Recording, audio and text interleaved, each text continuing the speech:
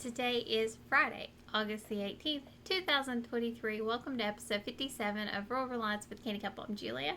And I'm Aaron. We're a small homestead family in rural Southwest Virginia that work every day on being less dependent on outside sources. That is from grocery stores to the electric company to being debt-free. We work every day to make a small percentage of a change in our dependencies on the outside world. So we're really trying to rely on us to provide the majority of our needs. And today we want to talk about something that's really important and part of this for us. Especially this time of year. Yes. So we're not sure if all the other homesteaders out there are getting as abundant of a harvest as we are. But man, we are getting loaded. We're probably getting 5 gallons of tomatoes a day right now. Yeah. 2.5 gallon bucket full. So we're in about 5 gallons of tomatoes. Yeah. We're getting some little watermelons. Our winter squash and pumpkins. If they all come in, we're going to have to bring the wheelbarrow and probably have 2 loads to carry them out of the garden. We've got, 5 blue Hubbards? Yes. About one blue Hubbard. It's enough. Is enough to cover your blue Hubbard needs. They're very good, but one's enough because they can get very big. So we have about 5 or 6. They get massive, and they're heavy, and they're heavily loaded. But what we want to talk about is why, if you grow your own food, you should preserve a little bit of that harvest. In our area, it's very common to hear, I just want to grow enough to feed my family. We just want something to nibble on, a little bit to eat on. Yep. That's the thing. And it is everybody in this area. And they're like talking a tomato plant, a pepper plant. Like a lot of people grow a lot of peppers and they don't preserve them. No. Not at all. People just want something to have fresh. Yes. And they feel that if they grow it themselves, it's cheaper. And sometimes it can be. Sometimes it can be, depending on how much you're growing and what you're doing with your harvest. Exactly. And for us, we feel it's such an important part of, frugality. If we're going to go through, we're going to grow food for us to eat. We want to actually grow enough to put away. Some. It's always been the goal. Yeah. Our goal has always been to have food that we grow ourselves, put away to use for the winter and spring. Till the next harvest. To the next harvest. That's always been our goal. It has never been just to have enough to eat on. Now, some years it's all we've had. Depending upon the weather, conditions, soil, those years, it just depends. Inexperience in the early years, it's making sure when we do have the bountiful harvest that we use it.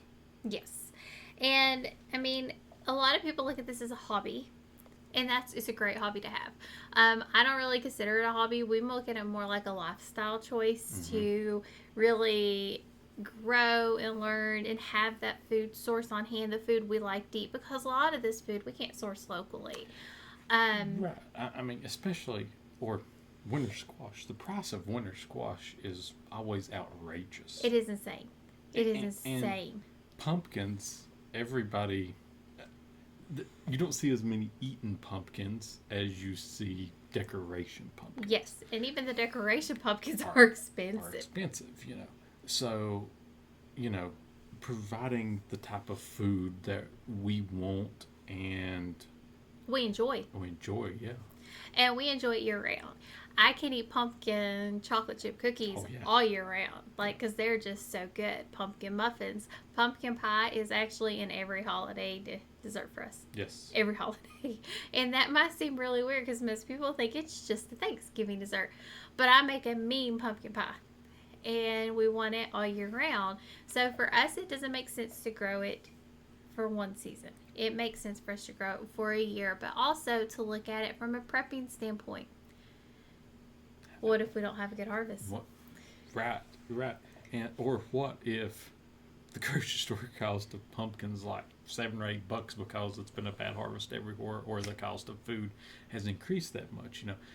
we probably wouldn't be making a pumpkin pie if it was $8 a can. I can tell you that. It's got so much higher. Oh, it's got insane. So we really look at this from a frugality standpoint. It's really where we're focusing on here because I understand hobbies, but from a frugality standpoint, especially if you're in debt, doesn't really make sense. Now, you could do things to cut costs and be cheaper and all of this. There are ways to do it. We've talked about a lot of those ways. It will probably show you more as we go through and show you more in videos and things like that. But does it really make sense to grow just for a little bit? Just a little bit of food for you to nibble on. Most people don't eat in a season. Like if you go through one tomato a day. Yeah. One tomato a day. That's 60 tomatoes. Well, most people don't eat a tomato a day. Now you might eat a fourth of one, half of one at most, Now you're depending little on your old. size. Now, like our grandparents would. Our grandparents would have, like, no doubt, you'd have a biscuit with mayonnaise on it, tomato. Yeah. That would be dinner. Most people, our generation, some might, but, like, we don't eat tomatoes. Well, not as fresh. Not as fresh. We process them more. Yes. So for me, it's thinking in terms of, does it really cost you that much more to grow an extra plant? To put out an extra seed? Does it really cost you that much effort, time, and energy? You're already expending the energy to grow one thing. Does it really cost you that extra time? So you can have a little bit to put away. And when we say put away, we're not talking about getting fancy. You don't have to have a canner. You can if you like to can. Water bath canning is very, very easy. Mm-hmm. It's a little bit of an upfront expense when you come to jars, lids, all of that stuff that you need in a canner. The canners aren't that bad. You can find them pretty reasonable. I got my favorite one at Rural King.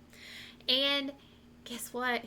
If you have an old pressure canner that's got the bottom in it, you could water bath can in it too. Yep. It does work. That's what I started with before I got my other one.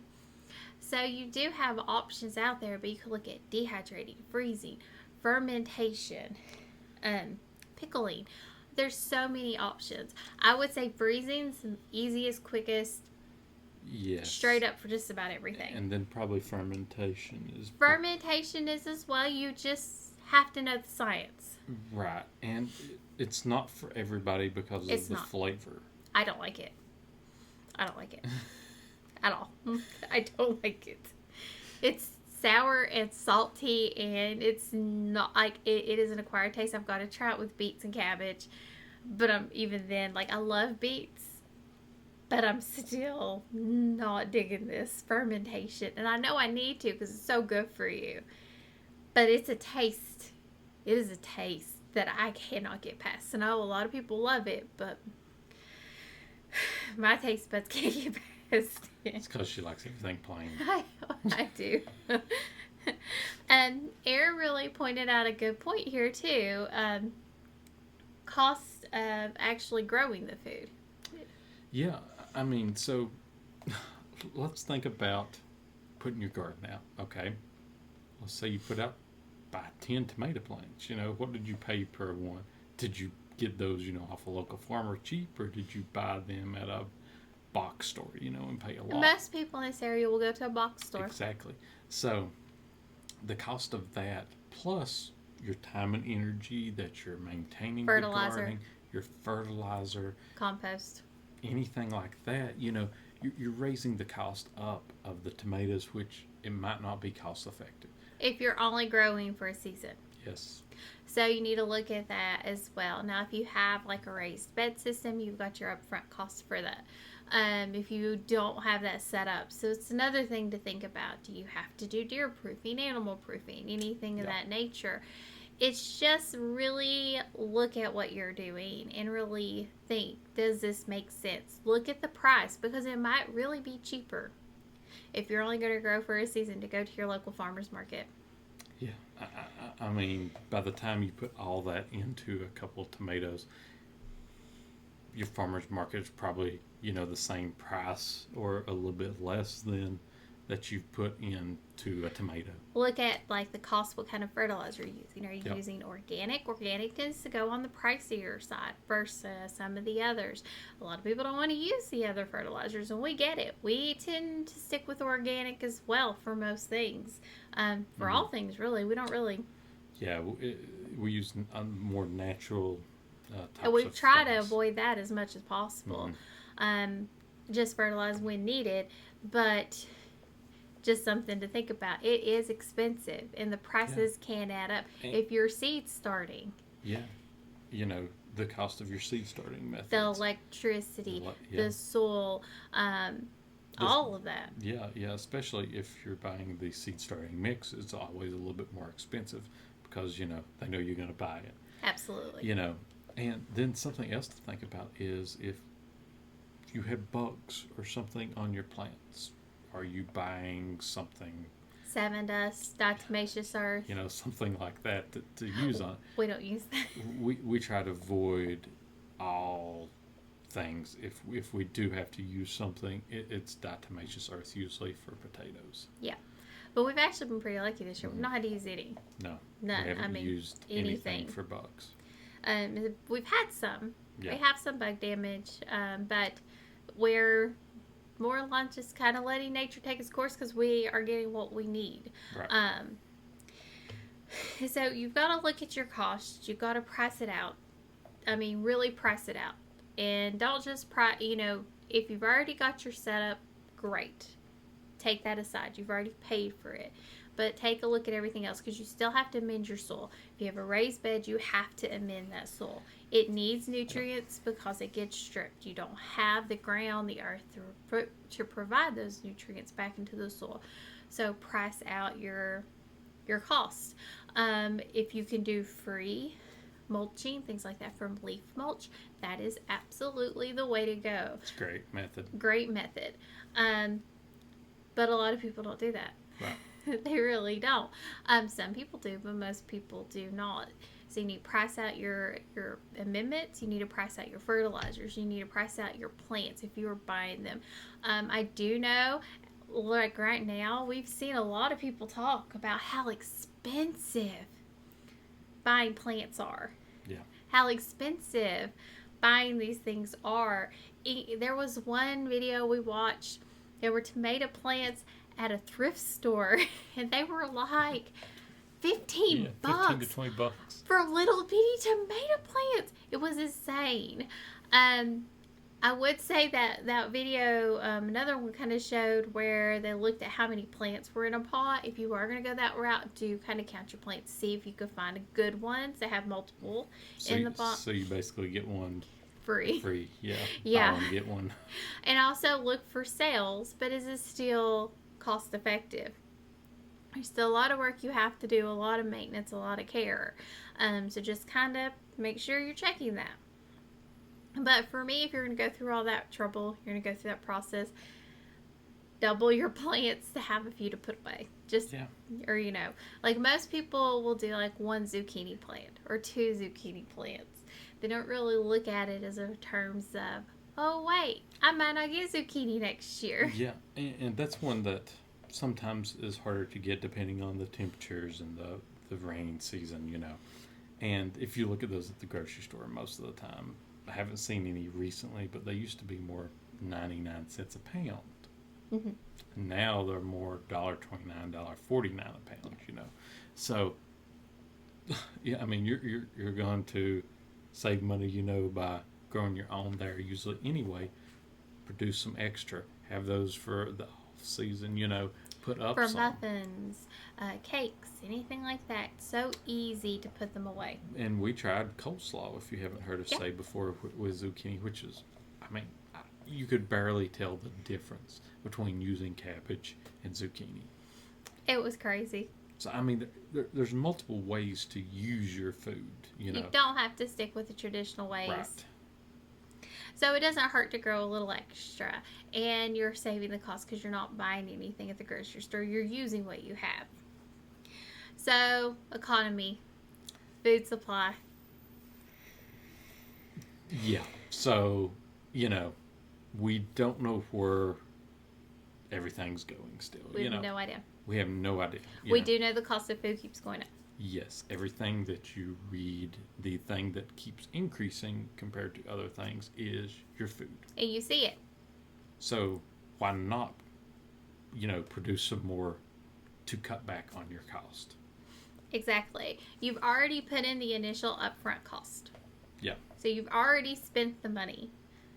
Does it really hurt to put a few extra seeds in the ground for a plant that you've already bought a pack of seeds for, or you had a pack of seeds for because you do like us and you bought them before you needed them, before everybody else was doing the rush to get their seeds to buy the, for whatever reason, or you go to the Dollar Tree and pick them up.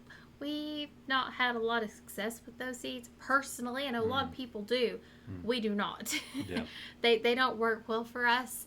But this is a great way to help build your working pantry. Such a great way to build your working pantry. And you're prepping for the future. You're prepping for your future. And I'm not saying like you have to go all out, all in, anything. Just a little bit of extra food. Like, okay, I have enough zucchini, shredded zucchini to make like 5 sets of muffins. Okay, if I make zucchini muffins once a month, that's 5 months that you don't have to worry about it. Right. That's an extra, ingredient you don't have to buy. And it's a good ingredient for you. It's healthy for you. Zucchini is such a good, nutritious, and not only that, it's one of those things that doesn't always grow. We have had an abundance, but we grew a lot. Yes, a huge abundance. We've had a huge abundance. This is probably every year we've ever grown zucchini tripled in how much we've gotten. Yeah, so right now we've been freeze drying a lot of ours, for example, and putting them in jars, quart jars. So how many was it we had? 45. We've got 45 quart jars of zucchini, plus we've got some more in the freeze dryer right now. A lot more. And we still have more in the freezer to do as well. Yeah, it was just maintaining, managing, and running when we can run the freeze dryer. And the way we're looking at it is, we're going to eat this because we add it to soups, and we can make breads and muffins and all of these other things with the zucchini. And I needed it shelf stable because we had so much. Right. We didn't want to have to rehook up an old freezer. In other words, we wanted to keep that cost from being added back in and be able to shelf stable it. Yes. And we can use it in multiple ways, but we're also looking that we've never had a harvest like this. No. And everybody around us has had hardly any harvest. Yes. Like, we are one of the few people that have had an abundance, like crazy abundance of squash and zucchini. Everybody else we know has only pulled like a few off their plants. Right. Normally by this time of the year, we're done for. We're done. But I'm still getting, we're still getting. I've been the one picking those while she's been working tomatoes the past few days. I'm still at least getting a couple, 2 to 3 a day right now. Like we're at, the very end of it for summer squash. But most people haven't gotten. Yeah. They've gotten 5 or 6 total. Total. I mean, it's crazy. And that's like 2 days for us. I mean, right now. Yeah, right now. Right now. Before we were getting a bucket full. And some days we got 2 bucketfuls. So, I mean, we feel like we have to kind of plan for next year, not having a good harvest. Right. Yeah. If it's a bountiful harvest is provided to us, then it's meant for us to use that. Absolutely. To preserve it. Absolutely. So we're looking at this to build our working pantry, to build my homestead pantry with the foods we love to eat, we want to eat. Yep. Foods I'm not paying at the grocery store. I'm not paying the price for zucchini and squash at the grocery store. It's just gotten so expensive. Even before we start gardening, we rarely bought it because it was so expensive for us to, we had to wait for it to go on sale. So I'm building my working pantry, but we're also not wasting it. In our area around this time of the year, you see bags at work. Yeah, of like people just put squash and zucchini that's gotten too big on a table and hope somebody takes it. Massive ones that they're not good anyway at that point. But there's uses for it. It's like you're letting your food supply go to waste. Right. Especially if you have a really good harvest. You don't want to let those things go to waste. You need to set yourself up for success. Put in systems. Put in a process. I know right now I need to be checking tomatoes. It was every 3 days. Now it's every 2. Like, I have that many tomatoes. We do pick them really, like, right when they start to turn. Yes. But if the plants start to die off and my tomatoes start to rot, I'll pull every one of them off. And they will ripen. All the green, yeah. All of them. They'll ripen. In our area, this is a no-no. Yeah, you don't do that. You don't hear that often, but it's something we've done with much success in the past. Picking them when they just start to blush, has made us so much more successful in harvesting. Yep. I've harvested so much more doing this than ever before because we used to wait. That's what we were taught. We were taught, you have to let it ripen on the vine. I was actually recently just told, no, as long as they're not getting this, you're fine to leave them on the vine. I get bugs. You get bugs, you get blossom end rot, everything, anything like that. Get them while you can. Let them ripen up in a windowsill in the house, on your kitchen table, counter, on a table in your screened-in porch or something. Something like that to make sure you get to keep your harvest. Absolutely, make the most of it, and then you can decide what you want to do from there. Again, you have dehydration. You have freezing. Any of those things work. Tomatoes are great frozen. They're so easy. You can take a bag full of frozen tomatoes, stir it into soup. It works just as well as anything else. We actually had to do that one year.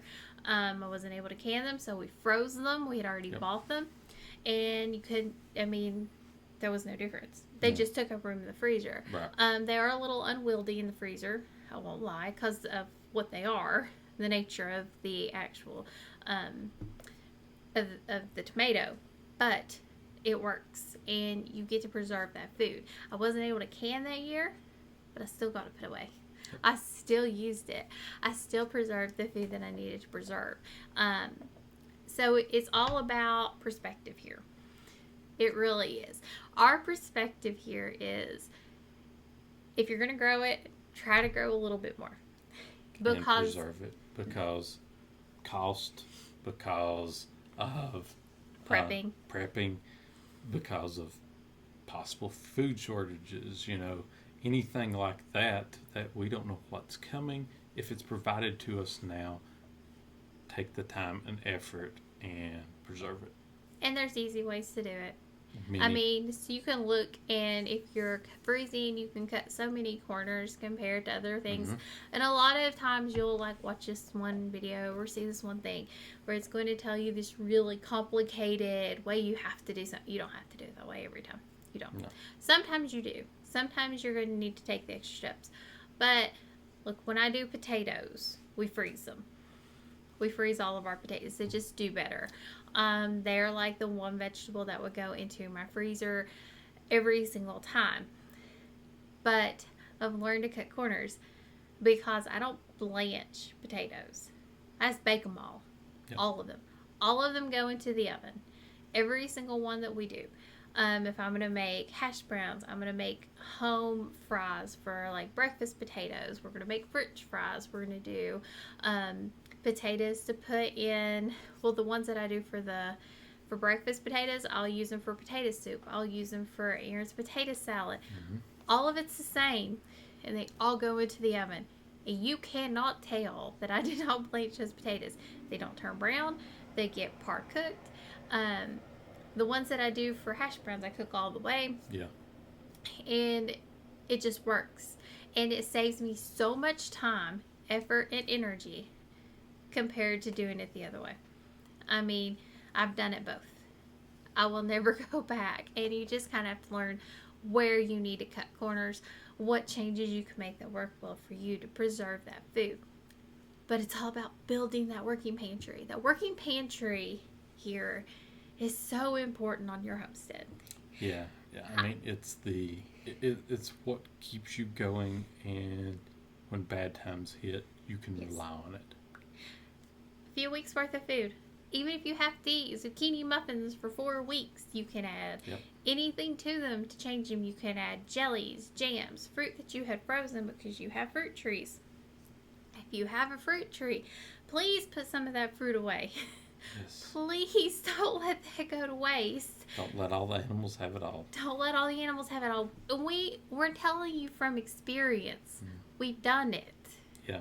We've missed it. We've done it. The deer will take all the apples, from us if we don't get out there and get them. So Aaron will go out there with his dad and pick boxes of apples, because we have saved old tomato boxes and we put them in bags so we can reuse them. We've saved these boxes, and he will go out there and he will pick 2. I will go through 1, and then the next night he'll go pick 2 more. And we start this process over and over and over again. He picks, I peel, he picks while I peel, and we will get them into cans and jarred up and processed, because we know we have to for our family, because we love to eat them, and they're also so expensive. Yeah. And we know what has been done to these apples. Yes. We know there's been nothing done to them. There's been no pesticide sprayed on them. There's been nothing chemical wise that's got on them, because we don't do anything to ours. We let them be all natural. Aaron's approach to a lot of our production on the homestead, and I get it. It kind of kills me a bit, because when I first came on, I was like, we need to do this. He's like, oh, okay, yeah, whatever. And he just ignored me, and we've not done it. He's got a very hands-off approach. He doesn't really want to mess with nature. He's like, nature's provided, it's taking care of it, and yes, you can manipulate it and get it to produce faster, more, and better. And there are some places where we're going to kind of help the trees out a little bit, make them do a little bit better, but it's going to be minimal. Yeah. Very minimal. And I've kind of sort of grown to this approach as well. Just letting nature sort of take its natural course where needed. Not only is it less work for you, but these trees have produced this way in nature and in the wild for years. Hundreds and hundreds and hundreds of years. These trees weren't manipulated. Right. Aaron's dad put them in the ground, and they have grown. And yes, they needed some pruning because they were very old. Yeah, you might saw our pruning video on that, of how we prepare to keep them still producing at their age. Yes. And, get more years out of them, because they are probably coming towards the, later in here. But they're still producing. They're still producing a lot of apples. It's not like just, a handful. We're still getting boxes of apples. Last year I think I got like 40 quarts. About 40 quarts. This year I'm hoping for 60. Because we realized the baby really likes the apples. Yeah. But because of our hands-off approach, it kind of gives us a little breathing room. But because we have it, we always try to use it. We try not to let anything that we can eat, go to waste. That's the goal here. Anything that we can eat, and if we're not going to eat it, we give it to somebody who will. Right. That's the other thing, and that is something we have had to learn. We have had to learn is not to try to grow food we don't know if we're going to eat. Yeah, I'm all about the Baker Seed catalog, when it's like, ooh, all these rare variety things, and I'm like, let's try it. Yeah, no. I've really tried to rein it in to a certain degree. I can get a couple. He can get a couple, and it kind of has to be in the realm of something we would actually eat. Yeah. That's kind of where we focus here. There are things we don't eat fresh, like goji's. There's no eating that fresh. I can stick one in my mouth too, but usually I have to go get a cracker afterwards. They're a lot better dehydrated. They taste a lot better. Very interested to see what they taste like freeze dried. Yeah, because it's like you're eating not a hot pepper, not a bland pepper, somewhere in between, and it just leaves like an aftertaste in your mouth. It's odd. It's very odd. It's hard to explain, but they have very good benefits to them. They do. And this thing it's a volunteer that came up from a seed Yep. that fell off the plant that's dead. Mm-hmm. But this thing has gotten out of control. Yeah. Like there's and it keeps producing more other volunteers. We've already gotten a whole quart. A quart bag of the seeds, and we're on to the next quart. Yeah. We have at least. We'll have those probably till at least November, December time frame. Produces for a really long time. It's food. It's food. It's food, and if we don't eat it fresh, our goal is to put it away to eat it at another time. Right. Powder it down or something. It's a lot of people do that with powdered goji's. Yeah. So, I would just say preserving your harvest. And I know a lot of people are like, but we don't eat that much of it. Building a working pantry is so important. And if you could build it with food that you've grown yourself, it's going to be so much better for you. Yeah. First off, you're going to get a feeling of accomplishment like you've never had before. Never. Like, I can tell you, it feels so good. Like, Aaron goes in, he looks at all these tomatoes, he's like, man, that feels good. He's like, man, it feels good. And the goal is to make sure we're not letting these go to waste, and we're getting them put away. And last year we had more waste. I stayed on top of the tomatoes for a really good long while, but last year we did have some waste with some other things, and we really have tried this year to make sure that waste is kept to an absolute minimum. Yes. So we're telling you things that we have done, and we're telling you this from a frugality standpoint that it's so important, and that working pantry, it can be the lifeblood of your homestead, your house, your frugal lifestyle. It really can. Yeah, and like we said before, it's not hard to preserve it in some ways. I mean, even if you want to dehydrate, most of the time you can use your oven if you had to dehydrate. It's not as cost effective as a dehydrator. But it works. I've done it. And a lot of the air fryer toaster oven combos anymore have the ability to dehydrate in them as well. And if nothing else, if you have a sun oven, you can dehydrate with it. You can also buy one of those air things that will air dehydrate for like under $20. We've used that for herbs, and it works. And we did it for corn. And for corn, yes. It did work for corn. You can dehydrate that way. It doesn't have to be in the sun, but you can put it in the sun. Yeah. So it does work that way as well. You also have, the round ones, you can get those for relatively cheap. They're not that bad. You can go to yard sales. A lot of people have them. In all reality, we probably need another dehydrator anyways for beef jerky. So, one of those, it's not that expensive. They're not that expensive. Right. If that's the route you want to go. In all reality, if you're going to can it, the cost of like 2 sets of jars is probably going to cover like one of those dehydrators. Yeah. Really, in our reality, if that's the route you want to go. And dehydrated tomatoes, did.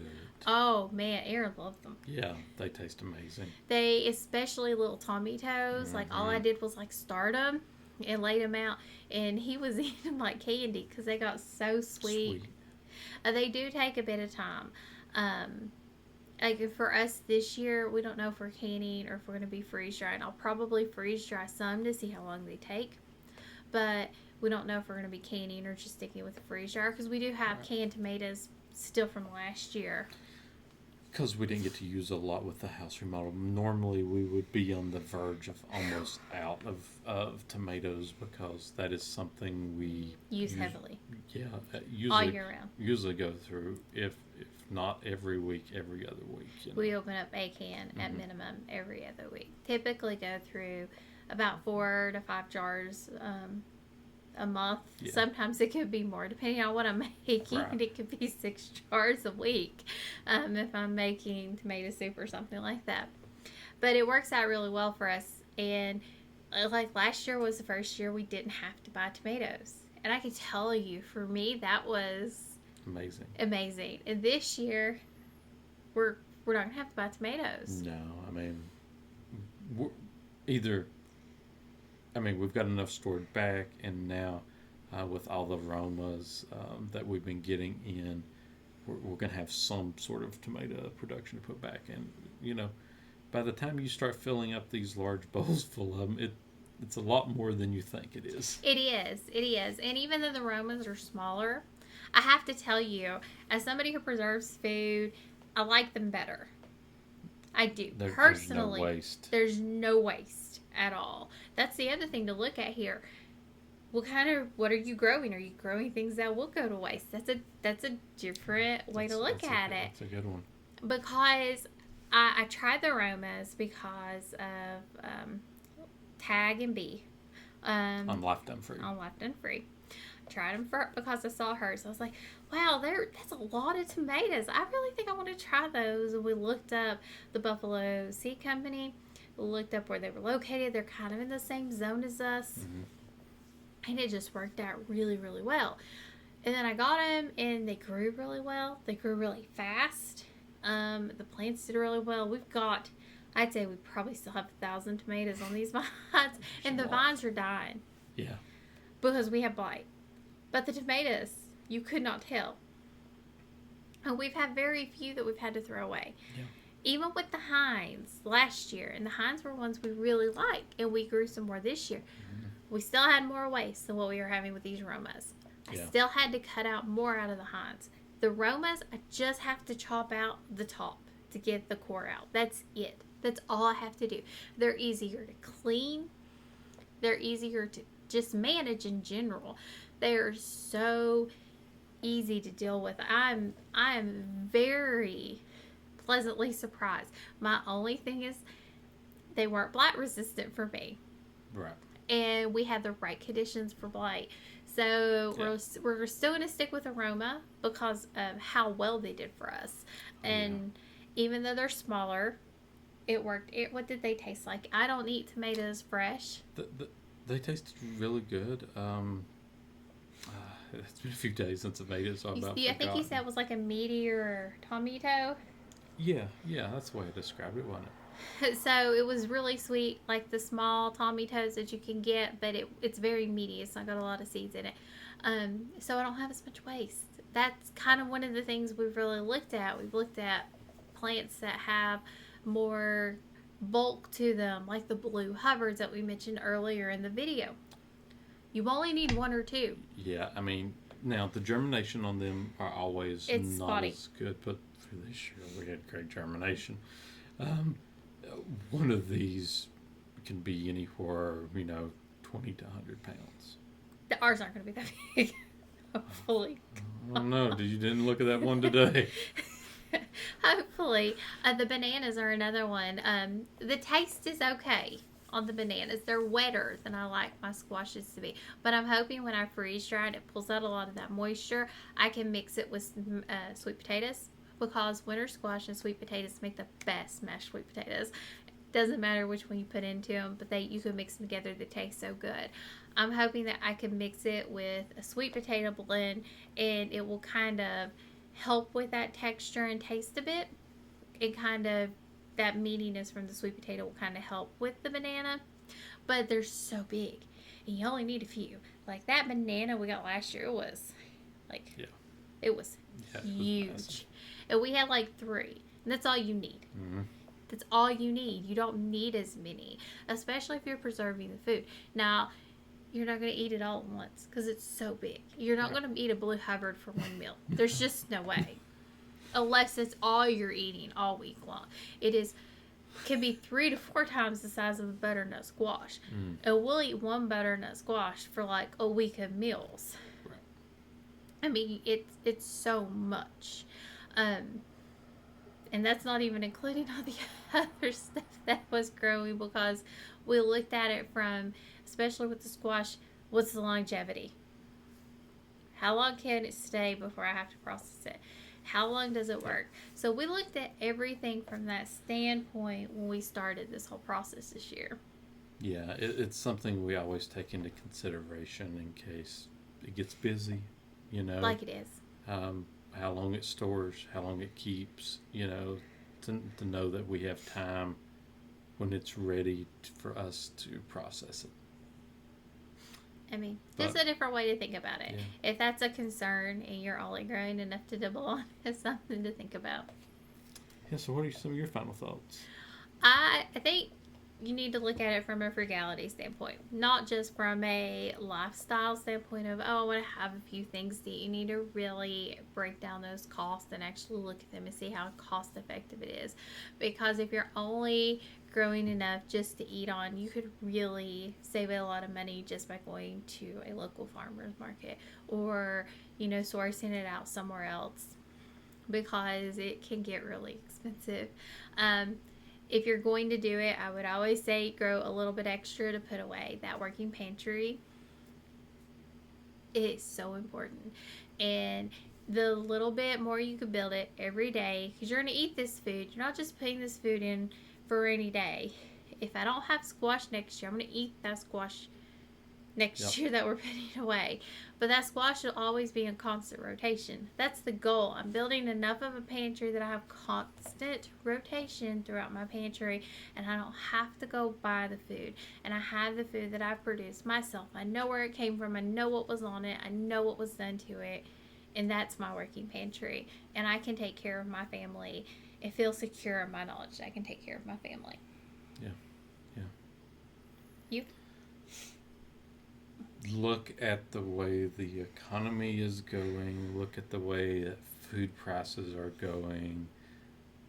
If a bountiful harvest is provided to you, make sure you're using it to its fullest extent. You know, you never know what will happen, you know. So just make sure that you're, you know, what's been provided to you, that you take advantage of it when you can. Very nice way of putting that. I guess if you've got any comments, questions, anything you want to hear in a future episode, send those over to thecannycouple@yahoo.com. Make sure to go over and check out our link tree, which has all of our other content on all of our other social media sites. And, you know, make sure if you're listening to the podcast, you can go over and check this one out on YouTube, where you can watch a video version as well. And as always, thank you for joining us on Rural Reliance with the Canny Couple, where we work hard, live simple, and enjoy life. Have a wonderful day.